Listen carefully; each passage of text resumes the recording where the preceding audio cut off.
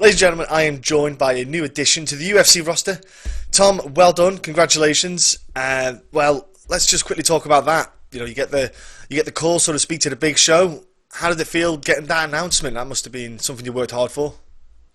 It felt good, It's something that I was expecting. I got offered previously a UFC contract and turned them down. So when I got offered it again, I don't know. A lot of people, I think it comes as a big surprise for them, but I've always expected to be in the UFC. Do you know what I mean? I got in this sport to be UFC heavyweight champion. I didn't get in the sport for nothing else. So it was nice. It was a bit of a surprise, but like I said, I've been offered off them before, so I kind of ran out of options as to where else to go. So I had to take the step up, and like I said, I'm excited and I'm ready to go on March the 21st.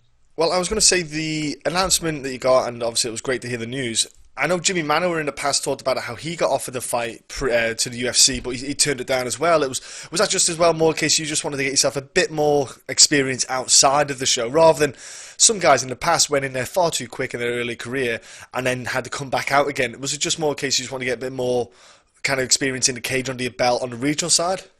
Yeah, exactly that. I'm pretty inexperienced, but you look at a lot of the heavyweight division, they're inexperienced as well. So it's not just me who's got that. You know what I mean? It's like you get guys in the UFC. I watched a couple of guys fight the other day. I think one was 4-2, Yeah, and the other one was 3-1 or something like that. So they're both inexperienced. So I think heavyweights outside the UFC just I've struggled getting decent fights, and I was the same. So I wanted to get as much experience as I can, like you say. But when the matchmaker for Cage Warriors is telling you that you can't match you anymore, and I had no other options. I was on my last opponent. I ended up fighting a guy who was 5-0, and he was my fifth opponent, I think, or sixth opponent in that training camp. So when it gets like that, mate, it's just ridiculous, and you don't know if they're going to turn up or not. It's just ridiculous. So looks like my experience outside the UFC is over, and it's time to. But mate, you know what? I just wanted to get as much as I can because I think skill-wise, I'm up there with the best in the world. It's just experience-wise, I'm not. yeah. But I'm going to get experience in the UFC, so it's time to go now. Yeah, it is time to go, and you've got a new opponent already. You talk about new opponents in Cage Warriors. It's happened in the UFC. Yeah. Jake's stepping in. I don't really know what's happened there, to be honest. They just let me know that I switched opponents, and I just said, okay, that's all that happened. So I've no details on it, nothing like that. For you, it's a more case you just keep doing what you're doing in training, really. I imagine you're not really, unless he was a specialised guy in a particular field, you might have to look at. But other than that, I wouldn't imagine your training camp would alter too much. Well, at the time when it changed, it was still quite a long way out, to be honest. It was still like 6 weeks out from the fight, so I'd not done any real specific kind of sparring. So I'm quite lucky in that respect. They didn't change later on. But a lot of heavyweights are very similar anyway. A lot of heavyweights are there's a general rule with heavyweights is try not to let them hit you and try not to let them get on top of you. Yeah. That's the general rule most of the time. So I was just generally preparing when it switched. I wasn't preparing specifically for the guy who was supposed to fight, so it wasn't too much of a difference at that stage.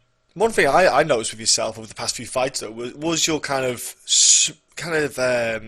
fluidity is the one we use with the striking. Your footwork and for a heavyweight, I've got people need to understand. It's not easy for a heavyweight to be light on their feet. It's not easy to bounce in and out with combinations and out of range at the same time because it's not like you're 125 pounds.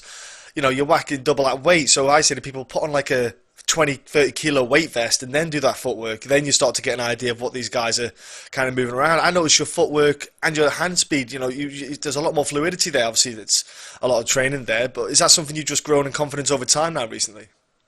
Do you know what? I appreciate you saying that, but I've not really shown anything of what I can do yet in my fights, I don't think. Especially when I come back after having 2 years off, you can definitely see a difference. But I think with me, the difference is a lot mentally. I think when I was fighting before, I was 22, 23 before I had the break, and I feel like I was just like a kid then. Yeah. I had 2 months and come back, and in the time I was off, I was doing a lot of sparring with Tyson Fury and stuff, and just being around a guy like that, just being around a guy like that on a daily basis is like invaluable experience. You know what I mean? Seeing his approach to training and fighting and stuff, and I feel like that's what changed me as opposed to, mate, the technique and all that and the light that was already there, but I just couldn't bring it across in my fights because I wasn't mature enough mentally, I don't think. Yeah. Yeah, it is. Sometimes it is difficult. Like, it's also having the kind of confidence to bring it into the cage, because you might drill stuff on pad works and then in sparring, but then it's just transitioning it into the cage.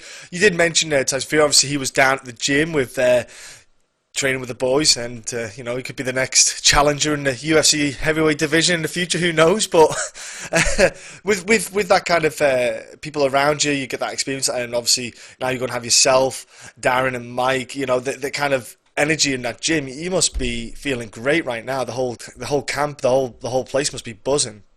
Yeah, I mean, there's another 10 guys fighting 2 weeks before me and Mike as well. So Yeah. basically the whole fight team is training for a fight. That is nice to have everyone kind of fighting on the same day. But the energy is always good in the gym, to be honest, whether we've got fights or not. So it is nice though for everyone to be like prepping for the same kind of time. I was going to say now, I have to ask: are you going to be a referee between Mike and Darren with this white Snickers bar scenario? What's going on? Is it like white Snickers bar or something they're having a debate about? I don't know what they're doing. But you'd be surprised some of the. What is it? Are you talking about that thing with the wrestling and stuff that they've been doing? About he stole my Snickers or something. White Snickers, wasn't it? I don't know what's going on with that. I don't really pay much attention to that. I just like it and carry on scrolling. I was going to say you could be like the special guest referee in a WWE style match between the pair of them. No, I don't get involved with that bollocks. Just blind eye to it and get on with my training. Outside of obviously training camp, you're a busy man being a father. We spoke before, you got the twins. How much of an impact in your life has that had? You know, with being a family, I suppose, and being and fatherhood. You know, I was a pretty grounded guy anyway. You know, I wasn't too much, not really like much of a wild guy. I don't think. It's good, really. You know what? I was a bit of an overthinker before, and I was just like, I'd finish training, I'd think about training, then I'd go back to training, train again, then I'd analyse that, and now it's like I've not got time for any of that shit. Do you know what I mean? It's just like training, and then my mind's occupied on other stuff. I've got family stuff on, you know, I've got friends, I've got hobbies, and all that kind of stuff again.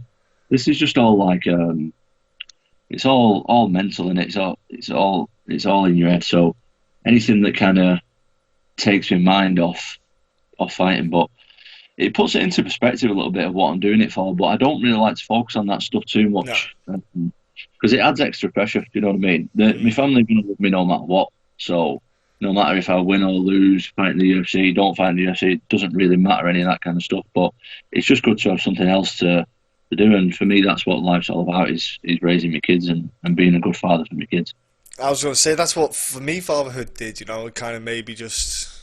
I just looked at everything a little bit different, you know, and it was it's a great thing having the kids, you know, because it takes you, it like you said, it takes your mind off the fighting side of things, so you can when you focus on the kids, like obviously you do some silly stuff with kids, it's hilarious, and obviously with the young ones, the nappy changes. If people's not being a parent yet, is an experience in itself. I won't lie. I remember my little boy changed his nappy, and when you lift his legs up to wipe his butt, he pees in his face. It's just one of those great moments, isn't it? Yeah, it's like a daily occurrence for me, that. And I just laugh and think, I remember this, son. This is going to be, this is going to memory bank, this one. But it's one of those things that you can't really get enough of, having time with your kids and just having those moments.